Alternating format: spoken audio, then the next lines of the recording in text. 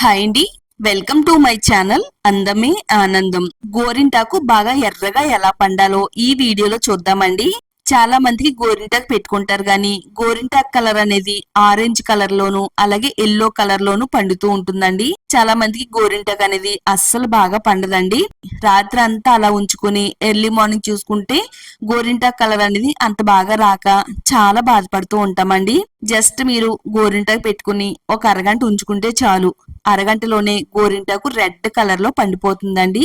మరి వీడియోని ఎక్కడ కూడా స్కిప్ చేయకుండా ఫస్ట్ నుంచి లాస్ట్ వరకు చూడండి. వీడియోని లైక్ చేయండి, అలాగే ఈ వీడియోని మీ ఫ్రెండ్స్ కి ఫ్యామిలీ వాళ్ళకి షేర్ చేయండి. ఇలాంటి మరిన్ని నేచురల్ హోమ్ రెమెడీస్ కోసం మన ఛానల్ ని ఇప్పుడే సబ్స్క్రైబ్ చేసుకోండి. కొంచెం ఫ్రెష్ గా ఉండే గోరింటాకు తీసుకుంటే మనకి గోరింటాకు అనేది చాలా బాగా పండుతుందండి.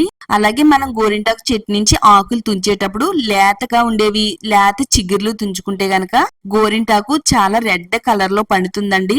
ఎంత ఎర్రగా పండుతుంది అంటే మీరు అస్సలు నమ్మలేరండి. తయారు చేసుకోవడం కూడా చాలా అంటే చాలా ఈజీ. ఇంత రెడ్ కలర్ లో మన అరిచెయ్యి అనేది పండుతుంది. దాదాపుగా 15 రోజుల వరకు అస్సలు పోదండి. నేచురల్ పద్ధతిలోనే చక్కగా ఈ గోరింటాకునైతే తయారు చేస్తున్నానండి. బయట కోన్స్ అయ్యి కొనుక్కుని తెచ్చుకుంటే గనక వాటిల్లో ఉండే కెమికల్స్ వల్ల మన స్కిన్ కి చాలా రకాల ప్రాబ్లమ్స్ అయితే వస్తాయండి. అందుకని మనం ఇలా నేచురల్ పద్ధతిలో గోరింటాకు తయారు చేసుకుంటే ఎలాంటి స్కిన్ ఎఫెక్ట్స్ ఉండకుండా హ్యాపీగా మన అరిచెయ్యి అనేది చాలా రెడ్ కలర్ లో అయితే పండుతుందండి. గోరింటాకులో ఉండే ముదురాకులు అలాగే ఎండిన ఆకుల్ని పక్కన పడేయాలండి. గోరింటాకు అనేది చాలా ముదురుగా ఉండే గోరింటాకును కొయ్యడం వల్ల మనకి ఎల్లో కలర్ లో అనేది పండుతుందండి. ఇలా లేతగా ఉండే గోరింటాకు అయితే మనకి రెడ్ కలర్ లో పండడానికి చాలా హెల్ప్ అవుతుంది అనమాట. ఈ గోరింటాకులోకి లిక్విడ్ అయితే తయారు చేసుకోవాలండి. ఒక గిన్నె తీసుకుని దాంట్లో కొంచెం చింతపండుని వేసుకోవాలి. చింతపండు వేసిన తర్వాత పూర్తిగా ఒక నిమ్మకాయని 2 బద్దల కింద కట్ చేసుకుని ఇందులో వేసిన తర్వాత ఒక గ్లాస్ వరకు డ్రింకింగ్ వాటర్ వేసుకోవాలండి. చక్కగా నిమ్మకాయ, చింతపండు, వాటర్ ఈ మూడింటిని కూడా కలుపుకున్న తర్వాత స్టవ్ ఆన్ చేసుకుని స్టవ్ ని సిమ్ లో పెట్టుకుని వాటర్ అయితే బాగా మరిగించాలండి. వాటర్ లో బాగా మరగడం వల్ల ఈ లిక్విడ్ అనేది చాలా పవర్ఫుల్ గా తయారవి గోరింటాకు అనేది రెడ్ కలర్ లో పండడానికి హెల్ప్ అవుతుందండి. మన చేతి పైన మ్యాజిక్ చేసే 2 పవర్ఫుల్ ఇంగ్రీడియంట్స్ ఉన్నాయండి. ఆ 2 పవర్ఫుల్ ఇంగ్రీడియంట్స్ కూడా వేస్తే ఇది మరింత శక్తివంతంగా తయారవుతుంది అనమాట. కాఫీ పౌడర్ అండి. నేను ఇక్కడ బ్రూ కాఫీ పొడి వేస్తున్నాను. ఏ బ్రాండ్ కాఫీ పొడినైనా వేసుకోవచ్చండి. ఒక పావు టేబుల్ స్పూన్ వరకు కాఫీ పొడిని వేసుకుందామండి. కలర్ అనేది ముదురు కలర్ లోకి అయితే వచ్చేసింది కదండి. గోరింట కూడా ముదురుగా మంచి రెడ్ కలర్ లో పండడానికి కాఫీ పొడి చాలా బాగా వర్క్ అవుతుందండి. ఈ వాటర్ ని బాగా మరగనివ్వాలండి. నెక్స్ట్ ఇప్పుడు మనం ఇందులో కుంకుమ వేసుకోవాలి. ఒక పావు టేబుల్ స్పూన్ కుంకుమ అండి. కుంకుమ వేయడం వల్ల రెడ్ కలర్ లోకి ఈ లిక్విడ్ అనేది తయారవుతుంది. ఎంత రెడ్ కలర్ లోకి వచ్చిందో గోరింటాకు కూడా ఇదే రెడ్ కలర్ లో పండడానికి చాలా బాగా హెల్ప్ చేస్తుందండి. నిజంగా చెప్తున్నానండి. ఒకే ఒకసారి ట్రై చేయండి. మంచిగా రెడ్ కలర్ అనేది గోరింటాకు వస్తుందండి. స్టవ్ ఆఫ్ చేసుకుని పూర్తిగా చల్లారనివ్వాలి. మనం ముందుగా గోరింటాకు అయితే రెడీ చేసి పెట్టుకున్నాం కదా. ఈ లిక్విడ్ లో మరిగించుకున్న నిమ్మబద్దల్ని అలాగే చింతపండుని ఈ గోరింటాకులో వేసేసుకోవాలి. తర్వాత లిక్విడ్ ని కొంచెం కొంచెంగా వేయాలండి. ఒకేసారి పోసినట్టయితే గోరింటాకు బాగా పల్చగా అయిపోతుందండి. మెత్తని పేస్ట్ లాగా అయితే మిక్సీ పట్టానండి. ఇలా మనం ఒక బౌల్లో తీసేసుకుందాము. రెడ్ కలర్ లో పండే గోరింటాకు అయితే రెడీ అయిపోయింది. నేనైతే ఫస్ట్ వేళ్ళకైతే ఇలా పెడుతున్నానండి. ఎలాంటి డిజైన్ అయితే ఇష్టమో ఆ డిజైన్ అయితే ఈ విధంగా మీరు పెట్టేసుకోవచ్చు. మనం ఎన్ని రకాల డిజైన్స్ పెట్టుకున్నా గానీ వేళ్ళకి ఈ విధంగా గోరింటాకు పెట్టుకుంటే మన అరచెయ్య చాలా అందంగా నిండుగా కనబడుతుందండి. డిజైన్స్ కంటే చందమామ చుక్కలు ఇలా పెట్టుకుంటే కనుక అరచెయ్య అందంగా రెడ్ కలర్ లో చాలా బాగా కనిపిస్తుందండి.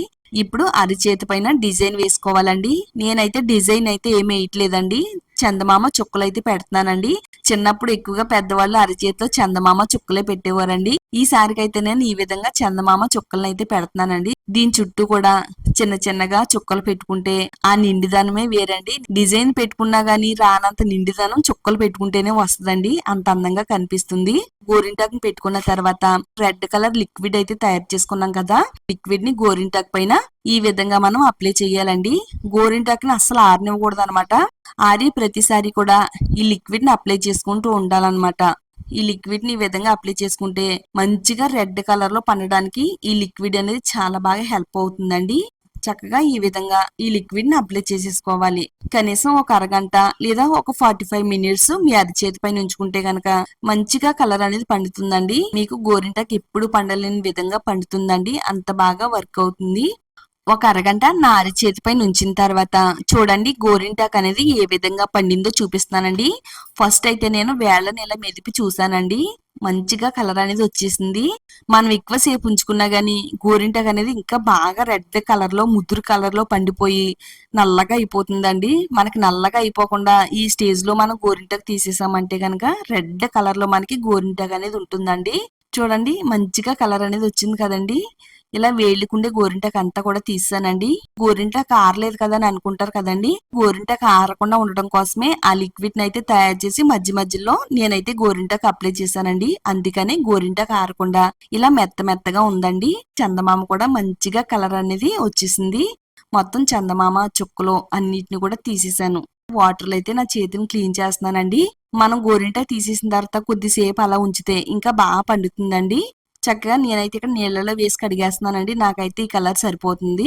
కలర్ అంతా కూడా మనకి రెడ్ గా మందారం పువ్వు ఎంత రెడ్ కలర్ లో ఉంటుందో ఈ గోరింటా కలర్ కూడా అంతే రెడ్ కలర్ లోకి అయితే వచ్చిందండి.